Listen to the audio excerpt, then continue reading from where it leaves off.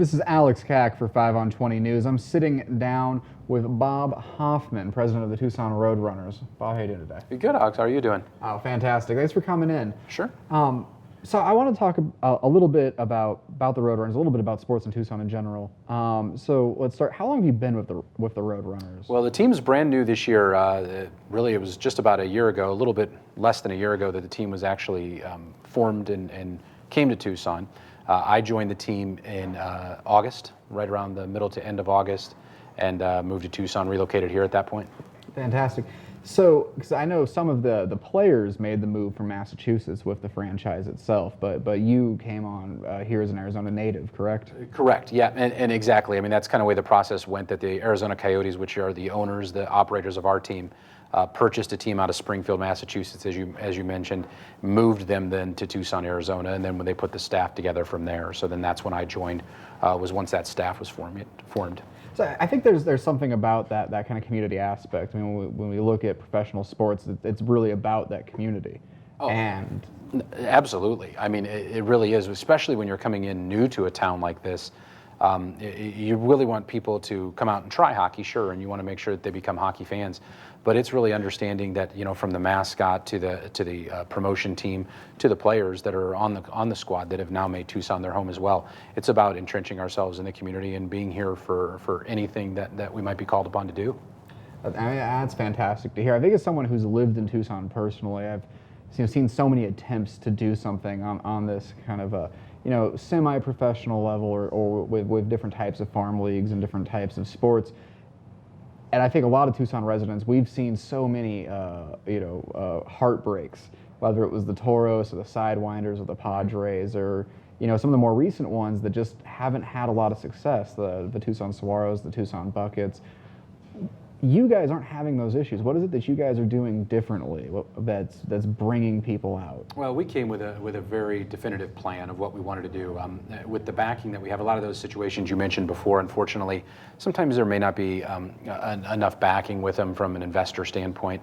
When you look at what we've done, I mean, we have the backing of the Coyotes, a National Hockey League team, that really, our mission here is twofold. It's not only to become a part of that community and to become a part of what the fabric of Tucson is, but it's also to develop hockey players for the Arizona Coyotes and to try to grow them. So from the Coyote standpoint, they're very vested in this and have that interest because they want us to develop their players of the future. And it makes so much more sense financially and from a geographic standpoint to have those players in the same neighborhood as opposed to Massachusetts, which we mentioned before. So from that standpoint, there certainly is a lot more vested interest from the ownership standpoint to keep the team here. Then they also really spared no expense in putting a staff together. They didn't want to go with just a handful of people or try to stay to the low end. We have 20 full-time workers that work over there with the Roadrunners in this town that have gone out and become just a part of everything they can in growing the season ticket base, growing the sponsorship base, marketing the team. And I think we've done a nice job of that and really hooked a lot of people to the brand of hockey that we play. Absolutely. And I mean, I feel like I'm seeing, Roadrunners shirts and jerseys and things that you really don't associate with, unless it's an actual NHL team or an MLB team. You don't see sometimes at these lower levels of professional competition this rabid fan base forming. What has, the response, been from the community in the games? Is it really as good as it seems outside the TCC? Or? We can't be more pleased. I mean, it's funny you mentioned the merchandise side of things. I took my daughter out. It was a couple of weekends ago, and we went up to the mall to grab her something. And in that time that I was there, maybe a 15-minute stretch, I saw 2 jerseys, 3 hats, and 1 T-shirt that were Roadrunners. And I'm like, yeah, we're starting to make our mark. This is exactly what we're after, to really have people want to try to, live and breathe Roadrunners hockey. And from the response in the arena, I mean, you'll always get that core hockey base, and there's that. I think you could probably put a hockey team up in just about any city and you'll have those 1,000 kind of core fans. For us, it's really stretching beyond that and trying to get businesses that want to partner and bring their employees or bring their clients out for a group outing. It's having special promotions and putting things together that really can impact a particular group, whether it's a cancer awareness situation, whether it's Boy Scout night, Girl Scout night. Those kind of things have really been beneficial for us and have really opened the door, I think, to people that may not have thought that hockey would be their cup of tea or something that they would want to do on a Friday or Saturday night. Well, and you guys are sharing an arena. You're sharing a place that you actually play and that you work and live. to some extent with another hockey team, with the Ice Cats, the Wildcats hockey program. Is there a relationship that's forming there at all between the college athletes and the professional ones on the Roadrunners? There is. I mean, maybe not so much with the players themselves. They sort of stay kind of separate with it, but at least from the organization standpoint, there is. I mean, the main goal for the U of A hockey team and for ourselves is to grow the sport of hockey. The way they're going to get some local people, maybe some homegrown people to want to come and play hockey at the U of A is to get a 6, 7, 8-year-old to put on skates and pick up a stick. And for us, that's the way that the parents are going to become fully involved, and the way that they're going to become passionate about our game and our product is when their kids want to play and when their kids want to be a part of it, and then number 16 on the ice is their favorite player. I mean, those are the ways we're going to be able to accomplish what we need to get done. And by growing the sport of hockey, I think that's really helping the U of A team as well. And them having that history and being here, they've done a nice job of already really, planting the seeds for the sport with a lot of people here in Tucson. It's definitely been one of the more popular attractions I think that the U of A itself has had, and I'm happy to see that there is this natural transition, kind of welcoming the Roadrunners to the city. I guess one of my next questions would really be, how is it that you guys are approaching kind of selling the sport of hockey? I mean, this is, for so long, it's been a baseball, basketball, soccer market. How are you bringing those kind of casual fans in the door and getting them to come back? Well, it's really funny. It's not as challenging as you might think. When I first came to Tucson, I wasn't sure what to expect as far as that hockey IQ and to see what people would be interested in the sport and people that had any sort of exposure to it in the past. Tucson is as you know, is made up of a lot of transplants and people that have moved here from other places. A lot of times those are places that have hockey teams, National Hockey League teams, even minor league teams. So they've been exposed to the sport. They're already fans of the sport, and they're excited to have something in their backyard as opposed to having to drive 2 hours to get up to Glendale, Arizona to watch the Coyotes play as the closest kind of professional level hockey team, at least, that they would have. So that process wasn't that bad as far as educating a lot of the people that were already hockey fans. To try to find some of the new hockey fans, what we really did is we invested a lot into the presentation and the game itself. The hockey, if you're not a fan and you don't know the rules, the hockey itself may not sell it. You may come and think, it's exciting, it's fast-paced, but I'm not really sure what they're doing out there. I may not come back. What we've tried to do is to really make it an entertaining night out, that it's something that's affordable for the family and something where you're going to see movie clips on the screen, you're going to see interactive games with the audience, great music, a light show. You're going to see all those things that go into really putting on a production that when you leave, whether we win, whether we lose, whether you know a lot about the sport yet or you're just learning, you're going to look at it and say, when do they play again? We want to come back at some point. But, and that's something I think that's fascinating to me about the AHL as an organization as a whole. Is when you look at minor league ball, especially independent leagues like we've had here for a while, and you look at the NBA D League or any of these other kind of like lower level of professional competition, it loses some of the entertainment aspect. The players go out, they play the game, and that's great for the core fan. But if he's bringing his wife, who really could kind of care less, and he brings a son who's just becoming a fan, and his daughter who could maybe care less, or whatever that case may be, maybe it's not building those generations of fans in the way that an MLB team would be or an NHL team would be. Well, I think what we tried to do to counter that was what I talked about earlier with, knowing that the Coyotes, from their number one priority with this as an organization is for us to make a 19, 20, 21-year-old player into somebody that can be serviceable at the National Hockey League level. So they have homegrown talent. From our side of things, if we just went that route, we would be what you're talking about. I mean, it's just the game itself. It's just developing the player. Not really that important whether or not someone's having a great time or whether or not ticket sales increase or people are coming to support the team.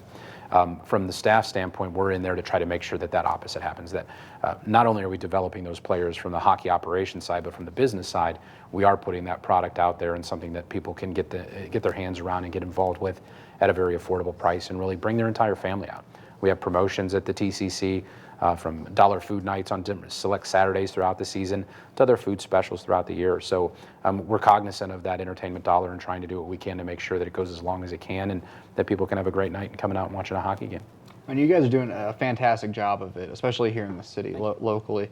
But that leads me to another question. What do you see as the future of kind of sports and sports entertainment in Tucson? Because you guys are kind of at the ground level of it right now. Yeah, I mean, I certainly I've become a huge fan. I've just moved to Tucson within the last year, but that relocating to here, I've become a huge fan of the city, and I see potential in so many different ways. I know that the soccer team here, the FC Tucson team, I've gotten to know them fairly well, and there is that fan base for them as well. So there is that sport that's there. I don't see why a market this size couldn't and wouldn't support a minor league baseball team if the roots were planted properly, and I think going about it from that entertainment aspect and giving people something to do in the summertime. So I think that the sky's the limit with really what can be done here in Tucson, and certainly the development of it for people. Obviously, I hear from those that have lived here for forever, or people that, like yourself, have been here, a decade or even a little bit less, that the way that it's grown and the way that the downtown area has really evolved has really, I think, given a lot of pride to Tucsonans, and I think that's something that we can help grow on that and help try to plant those seeds as well for other ventures that may want to come in and try Tucson out. And I think that's a kind of good point. You're talking about the growth of downtown itself. You guys are in a good position because you're at the TCC, and so when you're talking about that entertainment value again, people can go to the game and afterwards or beforehand they can go to dinner, they can grab a drink. I mean, do you see that being the future? Do you see downtown as the future of sports in Tucson then? Or my personal opinion, yes, I do. I mean, I see that's where it's growing and that's where it's developing. And so many people, from what I talk to people all around Tucson that, wouldn't have come downtown 2.5 years ago. That's what they do on their weekends now. And that's where they want to go and have an entertaining night. And the hockey team's just a part of that and one of the tenets of the group down there.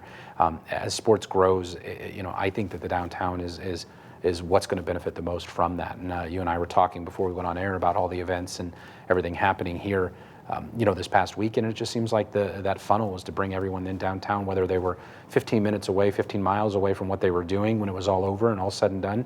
Let's gather back around downtown Tucson and take part in all the different things that it has to offer. It really has become kind of the heart of the city again, which I think is really magical. And I'm very glad that you guys are playing a part of that. Well, thank you. Let's talk a little bit more about the team, though, because this has been your first season. It seems like you guys have had a pretty astounding number of wins for your first year out. Not so much lately, but we got off to a good start at least. Yeah, it was a good opening. Exactly. I was trying to give you guys a little slack here. Nice. So, I mean, you have a month left, right? Right.